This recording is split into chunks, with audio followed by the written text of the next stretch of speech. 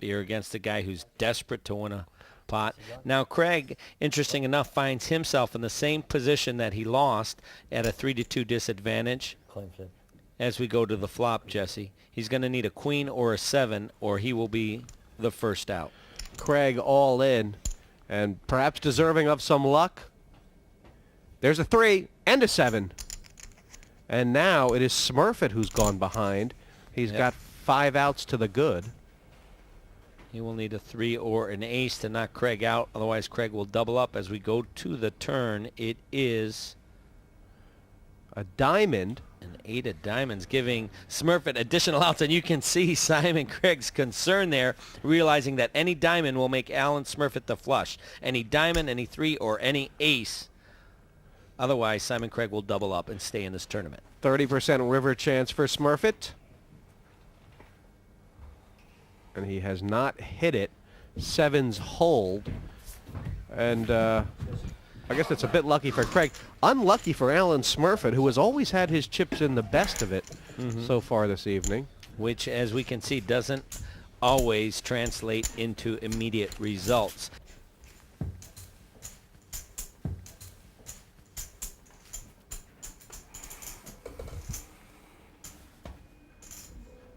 Those chip counts spinning across the bottom, a real have and have not situation right now between the top 3 and the bottom 3. And I think with the blinds now at 3 and 6,000 here, Kenna, there's not much maneuverability for a player like Paul Christopherson here. Right, like you aptly said, there is no middle class at this table. Only higher and lower class, big chips and small chips. And Christopherson has gone straight all in under the gun. He would love to get action from Clayton here. The bet is 51,000. He has royalty, what we call royalty, king, queen of diamonds. Clayton, how about Clayton aptly getting out of the way, not wanting to press his luck. He folds king, jack suited. Pass. So that 9,000 pickup for Christopherson, it's improved his stack by over, geez, about 15%. That'll make him happy. A nice smile from the youngster, still hoping that he can turn it around here. Really a victim of poor timing. He's made some positional raises in which he ran into hands behind him. Dave Clayton swiveling in the top spot, chewing his nails. He shouldn't be nervous at this point. He, you know, it looks like he's more nervous being the chip leader than he was when he was at the bottom of the... Does it happen like that when you're short stacked? You don't expect anything but to go out, Kenna, and then once you've gotten the chip lead, you realize it's yours to lose, not yours to win. That's a good point, Jesse. It very well could be, as he contemplates what his plight may be as we go to this next hand. He's under the gun, and he has, looks down at, give us a peek. He has 6,000 to call and a pocket pair. Pocket threes. Now he's playing the conservative route. Pass. Boy, that's surprising for a guy with a big chip lead, isn't it?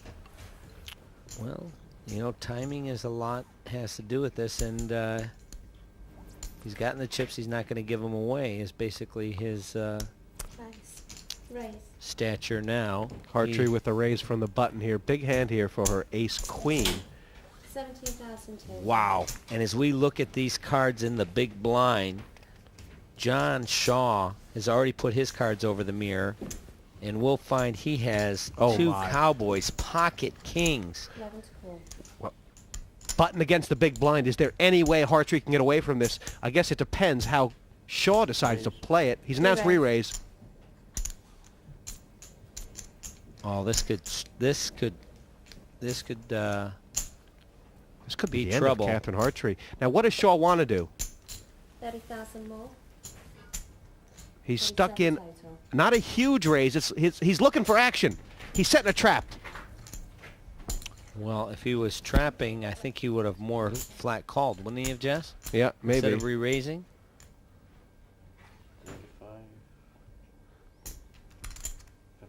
Is this just unfortunate here for Catherine Hartree? Raise Well, it's all in. always unfortunate What's that, sorry? when you run into a Call. hand. Catherine All moving in and a all in call. and quickly called by Shaw. She's not going to like what she sees. She's going to have 3 outs. She's going to need an ace or some kind of a straight. John Shaw has Catherine Hartree covered. These chips all in the center, 225,000, and Shaw will go chip leader if he can make the king stand up. Well, this was the one area of concern that I was worried for Catherine was would she step out at the wrong time or run into a hand, and that's what she's done here as the flop comes 6 deuce 10. She's going to need an ace.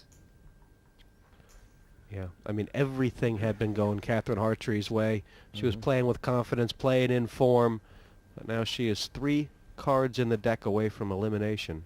The victim of a cold deck, but she pulls out a queen, which gives her an additional 2 outs. 2 queens or 3 aces on the river. John Shaw from Dunfermline looking to take this pot down, and he has. Catherine Hartree will be the first player out. That's a surprise, Kenna. It really is a shocking development because she's played so well. It was just an unfortunate set of circumstances set in motion by her position and just running into a hand. She had ace-queen. And when you get re-raised from back position, it's hard to lay that hand down. And she found difficulty in doing so, decided to make a stand, and unfortunately, the board didn't come her way. And looking at that one more time, ace-queen has been an unlucky hand this evening. Against the kings, it usually is. Hartree picked up the queen on the turn, but no more help. And the Cowboys of Dunfermline's John Shaw taking Hartree out in 6th. I feel really disappointed in myself. I was playing quite a good game up until that hand, and I just thought he was standing up to me. I thought I had enough to make him pass, and I ran into a genuine hand. Our first player out, and it's Catherine Hartree, who will be leaving the boys to it. Strong, aggressive play is the only way to do it in this format, and you have to go for the win. But sometimes the only way out is by the door. A new chip leader in town in John Shaw. And Kenna, I'll tell you, I've had the pleasure of watching John Shaw's game develop on television. A year ago when he won his first TV tournament, he was an amateur. He's played about 8 or 9 TV tournaments since, and his game has just come on. He's a class player now, isn't he?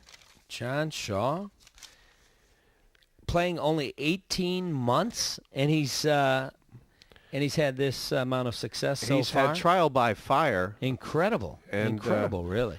Part of winning that amateur tournament, Right. Party Poker Late Night Poker Ace last year, was that he got to play in about 10 TV tournaments. And That's you incredible. can see what it's done for him. It sure, like I said, it's just not the amount of time you play, it's the amount of experience that you pack into that time, and he used it very well. Probably he's got a lot of natural talent and a natural feel for the game. And as he drags pot after pot, now he is certainly not only building his chips, but building his confidence and taking control of this match. Picking up some hands. 2 big stacks, and Dave Clayton is on John Shaw's left. How will the position play out here? Well, that's a very important point because Clayton also, an aggressive player, and with position, that could cause some problems down the road. As we go to the leaderboard, Jesse. Yeah, it is John Shaw way out in front, nearly half the chips on the table now. And between the 3 short stacks, is there a game plan? Certainly, Alan Smurfett's going to have to step it up a notch now, take advantage of maybe those shorter chip stacks behind them.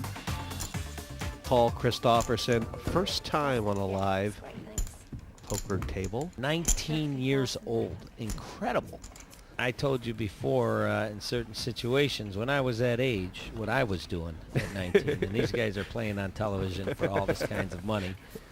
Who's mopping the floors is what I want to know. Who's bagging the groceries? Yeah, that's a good Who's point. bagging the groceries? That's what I was doing at 19. Now, I know what it is. I go to the grocery store, I have to bag them myself. Why? Because all the kids are out here playing poker.